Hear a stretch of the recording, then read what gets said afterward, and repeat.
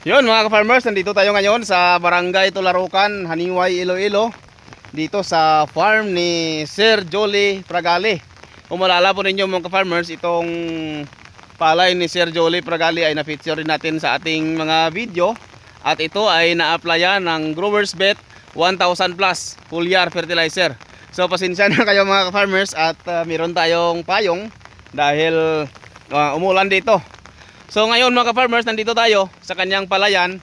Ito ay itinanim noong June 25, 2024 at exactly 33 days mula nang itinanim dito. Sabog tanim ang pagkakatanim dito mga ka-farmers. So yun, baliktarin natin ang kamera para makita ninyo ang palay ni Sir Jolie dito. So yan mga ka-farmers, kung makita po ninyo ang palay ni Sir Jolie, ito ay 33 days pa lang mula nang itinanim dito. So ito ay nasa 1.3 hectare ang kanyang land area. At ito, tingnan nyo. Yan. 'Di ba?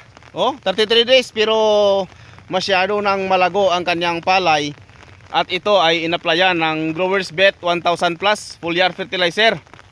Bale, 4 na beses na inaplayan ito ng Growers Bet mula nang nagbasal dito bago taniman hanggat sa nag-interval siya ng 10 days sa pag-spray mga ka-farmers.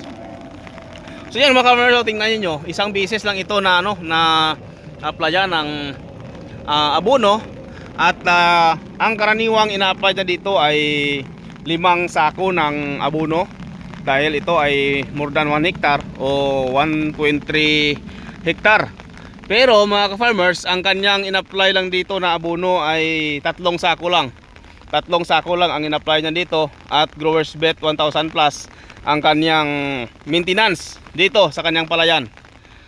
So ito ang kamangha-mangha mga ka-farmers dahil ang kanyang gipi, yan tingnan nyo, ang gipi ng palay niya ay napakaganda Yan, di ba? Sino mag-akala na na 33 days pa lang ang edad nito? Sa ibang mga palay kung ganito kataas ay medyo nadadala na ng o kung baga kung sa Bisaya ay gapanam ko na. Ayan tingnan nyo, napakaganda, walang insekto tayo ditong makikita at generally uniform ang tindig ng palay. Yan dahil sa Growers Bet 1000 plus foliar fertilizer.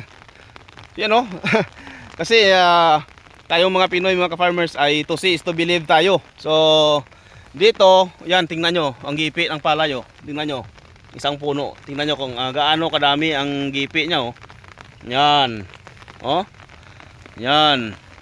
So sa science ng fungus, hindi ito nisprehan ng fungicide pero tingnan nyo, napakaganda ng palay.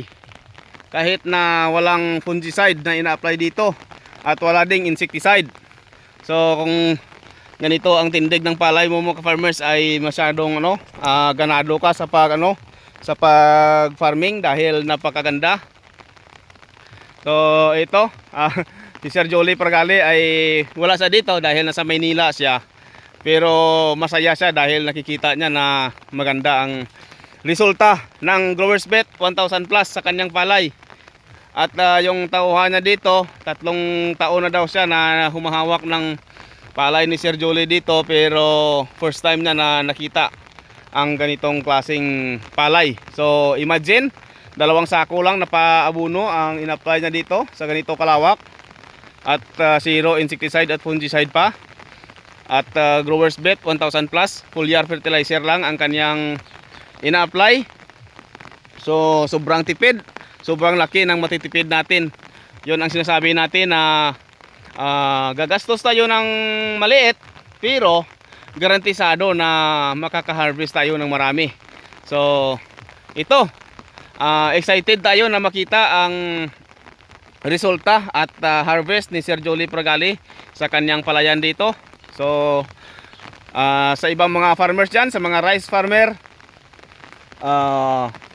kung gusto ninyong maging maganda ang inyong palayan, gumamit na kayo ng Growers Bet 1000 plus foliar fertilizer para garantisado ang epekto, garantisado ang ani nyo So sa muli, happy farming sa ating lahat.